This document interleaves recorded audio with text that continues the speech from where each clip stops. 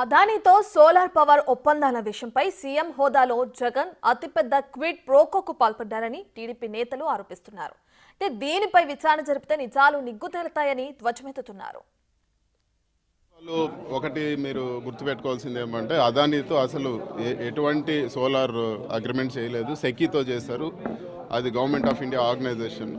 So డెఫినెట్గా SECI statement కూడా ఇవ్వడం జరిగింది. సెకీకి అదాని కాదు, చాలామంది కూడా సెకీకి పవర్ ఇస్తారు. సెకీ నుంచి బేసిక్గా మేము పవర్ తీసుకోవడం జరిగింది తప్పితే ఇవన్నీ కూడా బేస్లెస్ ఆరోపణలు అని చెప్పి కూడా నేను తెలియజేస్తున్నాను. ఈ దొంగ ఓన్లీ అదాని దగ్గర తీసుకున్నాడంటే మేము ఒప్పుకోము. సోలార్ ప్రతి పీపీఆర్లో లంచాలు తీసుకున్నారనే విషయం మనం అందరం గుర్తుపెట్టుకోవాలి. ఇది వాస్తవం అని కూడా నేను మనవి చేస్తా ఉన్నా. దీని మీద పూర్తి ఎంక్వైరీ ఉండాలి. ఈ పీపీఎల్ మీద మా అంచనాల ప్రకారం 20,000 కోట్ల రూపాయల లంచం జగన్మోహన్ రెడ్డికి ముట్టింది. ఆదాని 1750 కోట్లు జగన్మోహన్ రెడ్డికి ఆదాని ఇచ్చినట్టు అమెరికాలో రుజువైంది.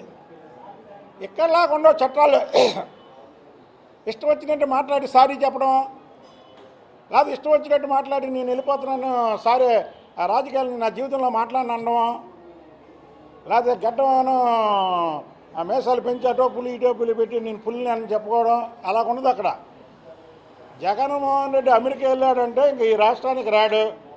ఇండోసోల్ సోలార్ అనే కంపెనీని తీసుకొచ్చి లేదా షిర్డీ సాయి కంపెనీని తీసుకొచ్చి అనేక సందర్భాల్లో నామినేషన్ పద్ధతి మీద వీళ్ళకు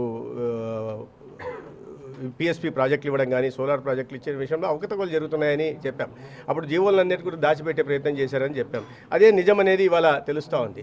ఇవాళ కేవలం అవినీతిలో రాష్ట్రానికి మాత్రమే పరిమితం కాకుండా ఈ జగన్మోహన్ రెడ్డి గారు అంతర్జాతీయ ఖ్యాతిని ఆర్జించారు. ఇవాళ అమెరికా లాంటి దేశాలు కూడా ఫెడరల్ బ్యూరో ఇవాళ అమెరికా నుంచి చెప్తోంది అవినీతిలో ఏకంగా 1750 కోట్లు అవినీతి జరిగింది, అది మొత్తం జగన్మోహన్ రెడ్డి ఖజానా తరలిందనే విషయం చెప్తున్నారు. దాని మీద ప్రభుత్వం పరిశీలిస్తోంది. కేంద్ర ప్రభుత్వం దాని మీద ఎలా రెస్పాండ్ అవుతుందనే విషయం తెలియలేదు. రాష్ట్ర ప్రభుత్వంలో కూడా దీని మీద సెకీలో ఇంత పెద్ద అవినీతి జరిగింది, ఆ లబ్ధి జగన్మోహన్ రెడ్డి గారికి జరిగిందనే విషయం బయట పడింది. కాబట్టి దాని మీద సమగ్రమైన విచారణ జరిపించి